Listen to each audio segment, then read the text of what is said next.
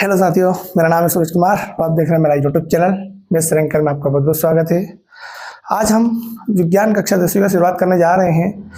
मैं गणित तो चल ही रहा है अपना और साथ में सामाजिक विज्ञान भी चल रहा है और अब विज्ञान भी स्टार्ट कर दिया गया है। धीरे धीरे इसके भी वीडियो डलने प्रारंभ हो जाएंगे। कुछ बच्चों की डिमांड थी कि सर आप विज्ञान पढ़ाइए, विज्ञान की हमको ज़रूरत है, तो हमने विज्ञान भी स्टार्ट कर दिया है। बस आप बने रहिए, शांति बनाए रखिए। थोड़ा हम लाइव सेशन भी स्टार्ट कर देंगे। थोड़ा सा लाइव सेशन में दिक्कत आ रही है तो हम जल्द ही लाइव सेशन स्टार्ट करने वाले हैं। आप बस बने रहिए हमारे साथ, बेस्ट रैंकर के साथ। आपका बहुत बहुत स्वागत है हमारी इस यूट्यूब क्लासेस में। आप बस हमारा साथ दीजिए, हम अच्छे से पढ़ा पाएंगे आप लोगों को। हम जो विज्ञान का सेशन स्टार्ट करने जा रहे हैं इसमें है रासायनिक अभिक्रिया पहला चैप्टर, जिसकी हम आज शुरुआत करेंगे और पढ़ेंगे। हम जल्दी ही लाइव सेशन लाने वाले हैं साथियों, तो आप बने रहिए। ज़्यादा से ज़्यादा सब्सक्राइबर बढ़ाइए या आप सब्सक्राइब कीजिए, बाकी बच्चों को भी भेजिए ताकि वो भी सब्सक्राइब करें। उनको भी बताइए चैनल के बारे में कि यहाँ पर सर फ्री पढ़ा रहे हैं, है ना। यदि आप साथियों पास हो जाएंगे तो 1 साल आपका बचेगा। साथ में आप फॉर्म भरते हैं, 3-3, 4-4 हज़ार रुपया वेस्ट करते हैं, वो पैसे भी आपके बचेंगे। तो आप बस बने रहिए हमारे साथ, बने रहेंगे तो आप पास हो जाएंगे। वरना कोई भी एजुकेशन देना नहीं चाहता है, अच्छे एजुकेशन का बड़ा अभाव है, इसलिए आप बस पढ़ते रहिए कंटिन्यू। आपके क्षेत्र में हम ये लेके आए हैं, इसलिए हमारा भी आप मोटिवेशन बढ़ाइए, हम भी आपको मोटिवेशन बढ़ाएंगे, है ना। ठीक है, तो चलो आइए हम शुरुआत करते हैं रासायनिक अभिक्रिया। अब ये रासायनिक अभिक्रिया क्या होती है,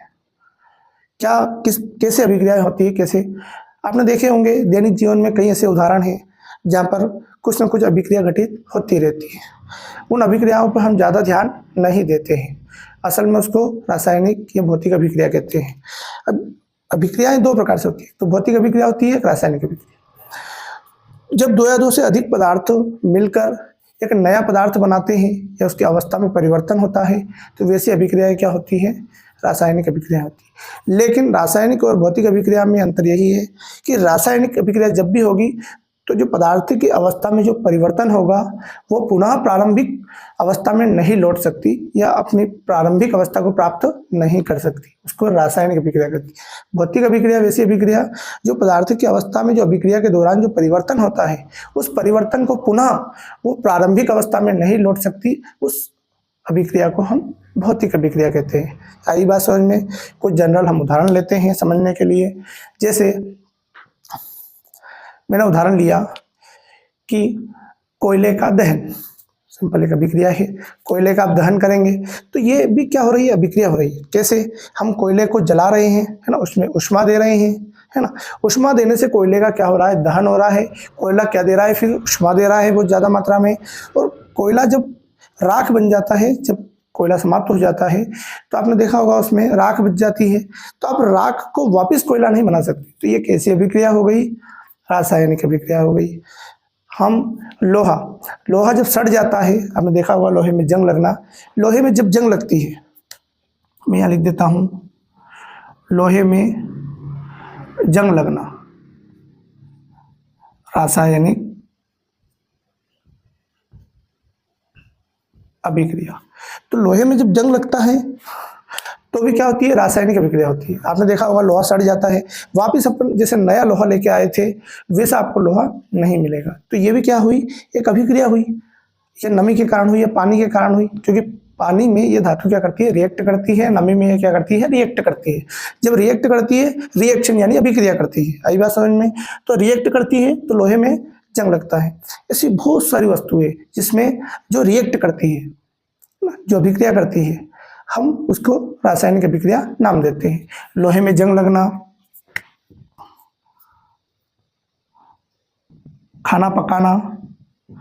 हम खाने को पकाते हैं, अपने सब्जियां वगैरह को पकाते हैं, तो पकाने पर आप देखते होंगे उसमें कुछ ना कुछ अभिक्रिया होती है। यानी कच्ची सब्जी को आप पानी में डाल देंगे तो उसमें अभिक्रिया होगी। आप सोच के देखो कि उन सब्जियों को हम वापस उसी रूप में ला सकते हैं, नहीं ला सकते। तो ये अभिक्रिया कैसी होगी, रासायनिक अभिक्रिया। कि पानी हमने उसको हिट दी नीचे पानी में, पानी गर्म हुआ, पानी उबला, पानी उबलने के साथ वो सब्जियां क्या हो गई, पक गई। वो पकने के बाद वो उसी रूप में नहीं लौट सकती जो प्रारंभिक अवस्था में थी। इस अभिक्रिया को हम क्या कहेंगे, रासायनिक अभिक्रिया। मीथेन गैस का दहन, गैस का दहन मीथेन गैस जो होती है, आपने देखा होगा पेट्रोल डीजल, कहीं एलपीजी गैस जो होती है, इनके जो दहन होता है, हम हमारे गैस में एलपीजी का यूज़ अधिकतर करते हैं। तो एलपीजी का आप यूज़ करते हैं तो एलपीजी जलती है ना। तो एलपीजी जलती है तो वापस आप उसको वायुमंडल से निकाल के एलपीजी नहीं बना सकते। तो एलपीजी का दहन या कोयले का दहन या मीथेन गैस का दहन, ये सब कैसी अभिक्रियाएं हैं? रासायनिक अभिक्रियाएं हैं। सबसे अच्छा उदाहरण मैं लेता हूं आपको भौतिक और रासायनिक के कंपेयर में। मोमबत्ती का जलना और एक होता है मोमबत्ती का पिघलना।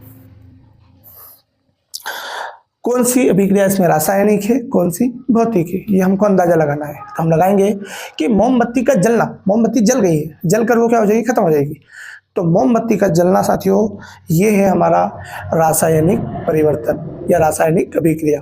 लेकिन मोमबत्ती का पिघलना, आपको मालूम है जब मोमबत्ती हम पिघाल के उसमें इकट्ठा कर लेते हैं एक बॉक्स में, तो वो पिघला हुआ जो द्रव रहेगा वो भी क्या रहेगा? मोमबत्ती रहेगा। यही बात। तो पिघलने पर उसको वापस हम, वो तो इकट्ठा हो गया है, कोई दिक्कत नहीं है उसमें। तो मोमबत्ती का पिघलना भी क्या है? भौतिक परिवर्तन है। जबकि मोमबत्ती का जलना क्या है? रासायनिक परिवर्तन है। बर्फ देखा होगा आपने, बर्फ क्या होता है? पिघल जाती है और वापस पानी को आप बर्फ बना सकते हैं। तो ये कैसी अभिक्रिया है? भौतिक अभिक्रिया। मैंने आपको खूब अच्छे से समझा दिया है कि भौतिक अभिक्रिया और रासायनिक अभिक्रिया में क्या डिफरेंस है। चलो अब मैं आपको लिए चलता हूँ रासायनिक अभिक्रिया की परिभाषा की ओर। तो देखिए, वह प्रक्रिया जिसमें दो या दो से अधिक पदार्थ आपस में क्रिया करके नया पदार्थ बनाते हैं, उसको हम क्या कहते हैं? रासायनिक अभिक्रिया कहते हैं। चलो आगे आइए। अब रासायनिक समीकरण किसे कहते हैं? आपको मालूम होगा, यहाँ कुछ तत्व लिखे हुए हैं मैंने, जिनकी अभिक्रिया हो रही है। मैं समझाऊंगा ये कैसे अभिक्रिया हुई है, लेकिन इन तत्वों को हम प्रतीकात्मक रूप में लिखेंगे। ये आवर्त सारणी का एक पार्ट है। आप चाहो तो आवर्त सारणी का एक वीडियो में अलग से बना दूंगा, कोई दिक्कत नहीं। आवर्त सारणी के कम से कम 20 तक के तत्व आपको याद होना चाहिए, उनके परमाणु क्रमांक भी आपको याद होना चाहिए। तो आज ही आप या तो आपके बुक, इसका जो चैप्टर है नंबर 4 या 5 चैप्टर है विज्ञान का, उसमें आवर्त सारणी दी हुई है, वो चैप्टर हटा दिया गया है कि आपको याद करना है। लेकिन कुछ तत्वों की हमें विज्ञान में जरूरत पड़ती है ना। सभी जो पार्ट रहते हैं आपस में कनेक्टेड रहते हैं। तब कनेक्टेड रहते हैं तो हमें उनको अच्छे से थोड़ा सा पढ़ना पड़ता है। जो पार्ट नहीं भी है, हटा दिए हैं, उनको भी थोड़ा सा रिवाइज करना पड़ता है। रिवाइज इतना ही करना है कि आप 20 तक के परमाणु क्रमांक और तत्व याद कर लेना, अपना काम हो जाएगा। चलो आइए, रासायनिक समीकरण किसे कहते हैं? तो किसी अभिक्रिया में भाग लेने वाले पदार्थ के संकेत व सूत्रों की सहायता से अभिक्रिया को संक्षिप्त रूप में व्यक्त करने की विधि को क्या कहते हैं? रासायनिक समीकरण कहते हैं। किसी अभिक्रिया में भाग लेने वाले पदार्थ के संकेत व सूत्रों, संकेत कौन से? ये वाले, जैसे कैल्शियम का Ca, ऑक्सीजन का O, इन संकेतों के रूप में यदि हम लिखते हैं तो इसको रासायनिक समीकरण कहते, अभिक्रिया कहते हैं। रासायनिक अभिक्रियाओं के प्रकार की बात हम चर्चा करेंगे। हमने रासायनिक समीकरण किसे कहते हैं, अभिक्रिया किसे कहते हैं, इसके बारे में जाना। हम चर्चा करेंगे रासायनिक अभिक्रियाओं के प्रकार। रासायनिक अभिक्रियाओं के प्रकार क्या होते हैं? अलग अलग प्रकार की अभिक्रियाएं होती है। जब दो पदार्थ मिलकर एक पदार्थ बनाते हैं, या एक पदार्थ टूटकर दो पदार्थ बनाते हैं, है ना। दो पदार्थ आपस में क्रिया करके अलग अलग दो नए पदार्थ बनाते हैं। तो अलग अलग प्रकार की अभिक्रियाएं होती है। इन सब अभिक्रियाओं को हम जानेंगे कि कौन सी अभिक्रिया किस प्रकार की अभिक्रिया है। तो चलो आइए हम करते हैं शुरुआत।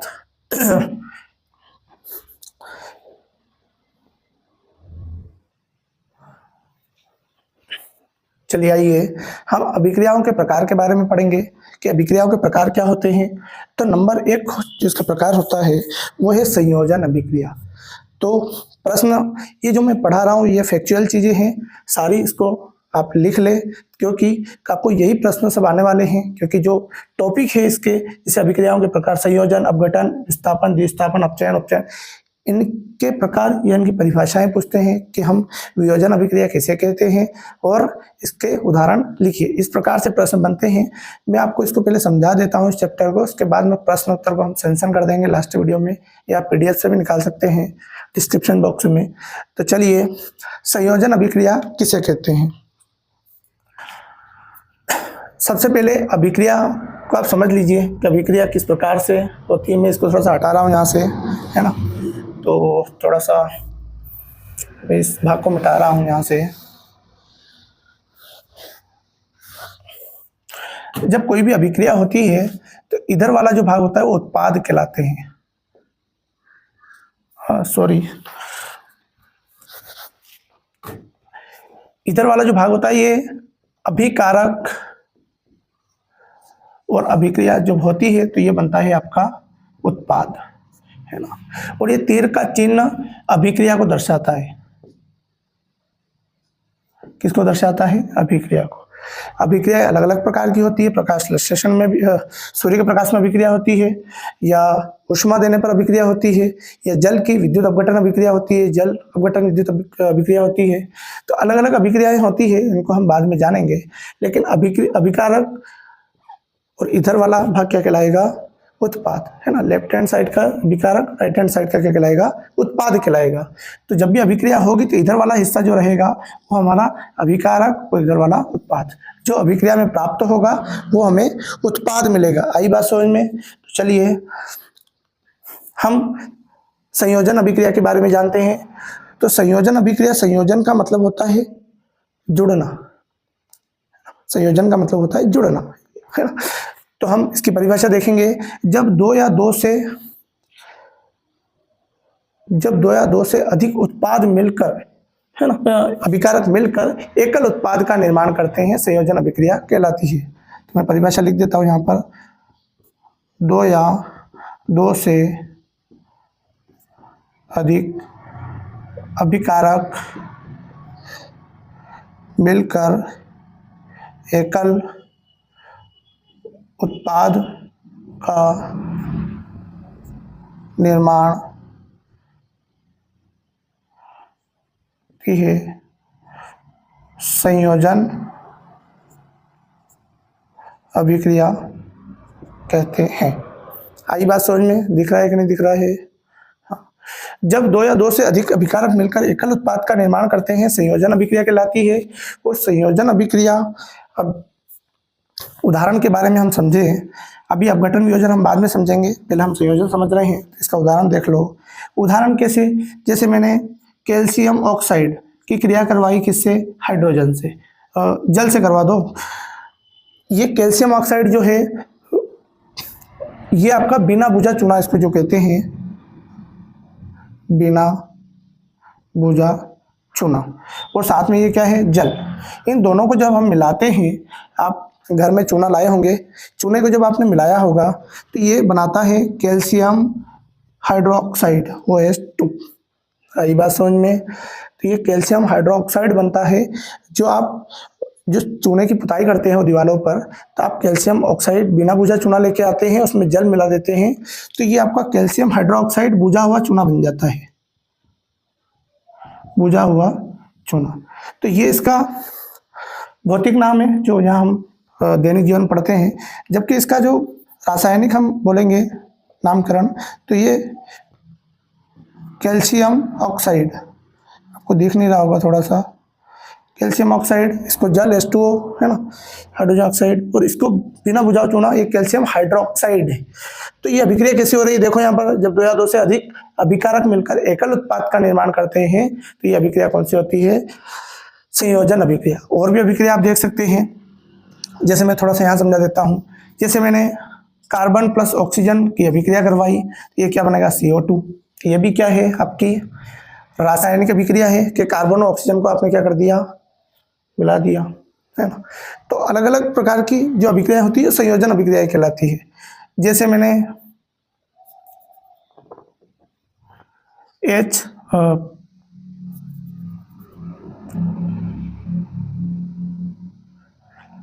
H2 प्लस O2 ऑक्सीजन की अभिक्रिया करवाई, तो ये क्या बनेगा? 2H2O, जल बनेगा। आई बात समझ में? तो हम यहाँ पर भी 2 लगा देंगे, ये बैलेंस हो जाएगी। रासायनिक समीकरण को संतुलन करना बहुत आवश्यक है। जैसे मैंने यहाँ पर H2 जल बनाया, मैंने यहाँ पर H2 लिया, ऑक्सीजन लिया, ये संतुलित रासायनिक समीकरण नहीं है। रासायनिक समीकरण को संतुलन करना आवश्यक है। मैं थोड़ा अभिक्रिया समझाने के बाद आपको संतुलन रासायनिक अभिक्रिया के बारे में समझाऊंगा कि उससे संतुलित कैसे करते हैं, ठीक है। इस वीडियो में हम केवल ये अभिक्रियाओं के बारे में जान लेते हैं, उसके बाद हम संतुलन रासायनिक अभिक्रिया के बारे में पढ़ेंगे। तो देखिए यहाँ पर H2O2, तो इसको संतुलित करने के लिए आपको यहाँ क्या लगाना पड़ेगा? 2। तो यहाँ पर 2, ये कितने हो गए? 4 हाइड्रोजन हो गए, और यहाँ पर भी 4 हाइड्रोजन, साथ में ऑक्सीजन भी हो गया। ये संतुलित रासायनिक अभिक्रिया समीकरण की परिभाषा है। चलिए, तो अब ये हमने संयोजन अभिक्रिया के बारे में जाना। अब मैं इसको थोड़ा सा मिटा देता हूं। अब स्क्रीनशॉट ले लो, जब तक दूसरा हम अपघटन वियोजन अभिक्रिया के बारे में पढ़ेंगे।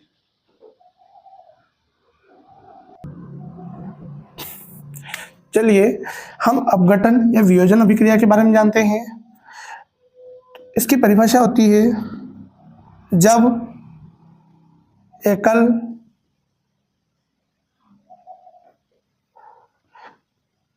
अभिकर्मक टूटकर दो या दो से अधिक उत्पाद बनाते हैं तो उसको वियोजन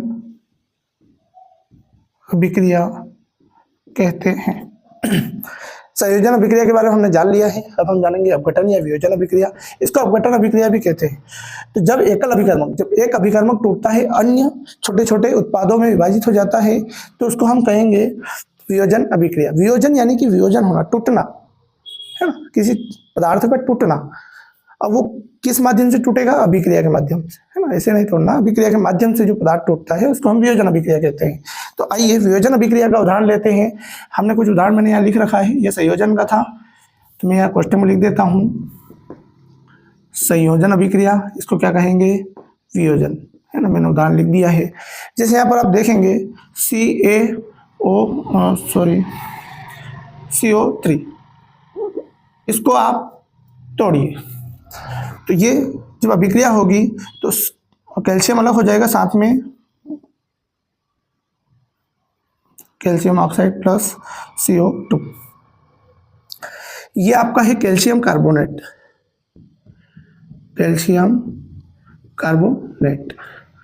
ये आपका है कैल्शियम ऑक्साइड, और ये आपका कार्बन डाइऑक्साइड। आप देख रहे होंगे यहाँ पर कैल्शियम कार्बोनेट, है ना, कैल्शियम कार्बोनेट जिसको संगमरमर कहा जाता है।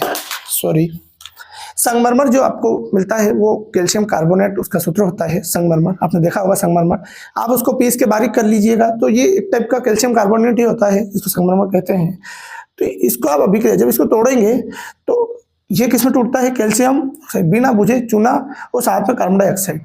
आप जब पुताई का आप किस चीज़ को पुताई करते हैं तो ये कैल्शियम हाइड्रोक्साइड की जब पुताई करते हैं, है ना, बुझा हुआ चूना, तो वहाँ से कार्बन डाइऑक्साइड गायब हो जाती है और साथ में ये कैल्शियम हाइड्रोक्साइड, ये कैल्शियम क्रिया करके क्या बना लेता है?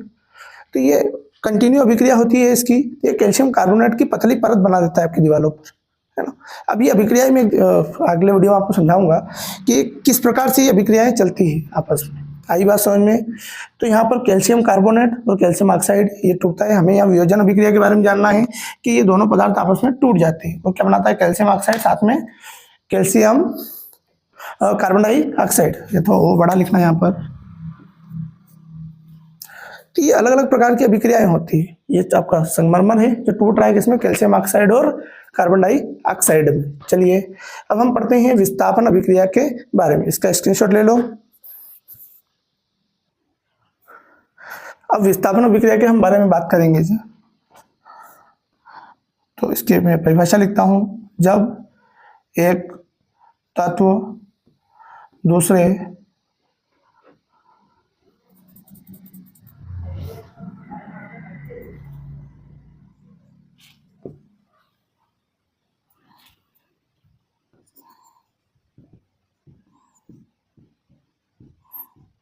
जिस अभिक्रिया में एक तत्व दूसरे तत्व को विस्थापित कर देता है, जिस अभिक्रिया में एक तत्व दूसरे तत्व को विस्थापित कर देता है वो विस्थापन अभिक्रिया कहलाती है। आई बात समझ में?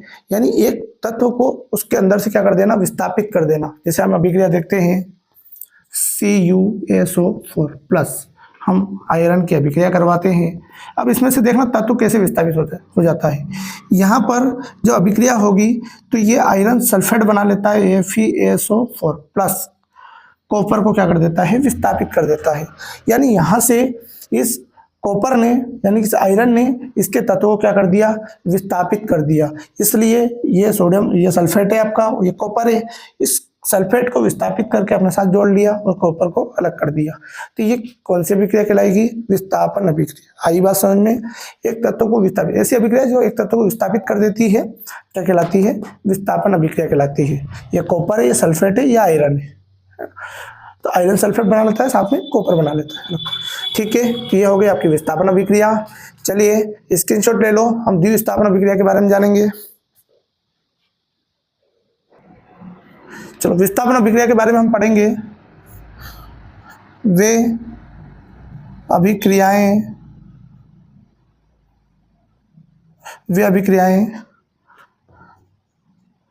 जिनमें अभिकारकों के बीच आयनों का आदान प्रदान होता है, द्विविस्थापन अभिक्रियाएं कहलाती है। दिख रहा है आप लोगों को, द्वि अभिक्रियाएं जिनमें अभिकारकों के बीच आयनों का क्या होता है, आदान प्रदान होता है, तो ये अभिक्रिया क्या कहलाती है, विस्थापन अभिक्रिया। यानी एक तत्व को विस्थापित कर देती है, तो विस्थापन अभिक्रिया। ये आपकी विस्थापन अभिक्रिया के बारे में है, और ये वाली जो अभिक्रिया है ये द्विविस्थापन है ना। दोनों तत्व विस्थापित करेगी एक दूसरे की, ऐसी अभिक्रिया क्या कहलाएगी, द्विविस्थापन अभिक्रिया। देखिए जैसे यहाँ पर BaCl2+N2SO4 सोडियम सल्फेट, इसको हम कहेंगे बेरियम क्लोराइड। Ba से बेरियम क्लोराइड यानी Cl2 और सोडियम सल्फेट, यहाँ अभिक्रिया बनेगी। तो अभिक्रिया देखो यहाँ पर तो दिखेगा, मैं नीचे लिख रहा हूँ, ये आपका बेरियम सल्फेट बना लेगा, साथ में Na, क्या था, कुछ गड़बड़ हुआ है क्या, थोड़ा सा गड़बड़ हुआ है, Na2SO4 यहाँ से अभिक्रिया। तो NaCl हम यहाँ पर 2 लगा देंगे, संतुलन हो जाएगी रासायनिक अभिक्रिया। संतुलन करना बहुत जरूरी है। यहाँ पर देखो Cl2 है तो हमें 2Cl चाहिए, साथ में सोडियम भी 2 है तो 2 सोडियम के अणु चाहिए, तो हमने यहाँ 2 लगा दिया। BaSO4 तो ये तो सेम है, तो ये संतुलन भी हो गई, और साथ में ये द्विविस्थापन। देखो यहाँ से Cl कहाँ चला गया, सोडियम के पास, और सल्फेट कहाँ गया है, बेरियम के पास। तो ये दोनों तरफ से क्या हो रही है, विस्थापन हो रहा है। आई बात समझ में। और दोनों तरफ से जब विस्थापन होता है एक कैसी अभिक्रिया होती है, द्विविस्थापन अभिक्रिया। इसकी परिभाषा यहाँ लिख दी है, वे अभिक्रियाएं जिनमें अभिकारकों के बीच आयनों का आदान प्रदान होता है द्विविस्थापन अभिक्रिया कहलाती है। ठीक है, अब ये वाला उपचयन और अपचयन के बारे में हम अगले वीडियो में पढ़ेंगे, कल पढ़ेंगे, क्योंकि ये थोड़ा सा बड़ा है ना। तो मैं आपको अगले वीडियो में हम सीखेंगे कि संतुलित रासायनिक समीकरण किसे कहते हैं, संतुलन करना क्यों आवश्यक है, उसके बारे में पढ़ेंगे। और अपचयन उपचयन अभिक्रिया के बारे में हम पढ़ेंगे, जिसको रेडॉक्स अभिक्रिया भी कहते हैं। तो आप बने रहिए हमारे साथ। तो आप हमारे वीडियो को लाइक सब्सक्राइब जरूर कर दीजिएगा साथियों, और आप खूब मजे से पढ़िए, है ना। सब्सक्राइब करेंगे तभी हम ज़्यादा मोटिवेट होकर आपको पढ़ा पाएंगे। ठीक है साथियों, तो जय हिंद, जय भारत।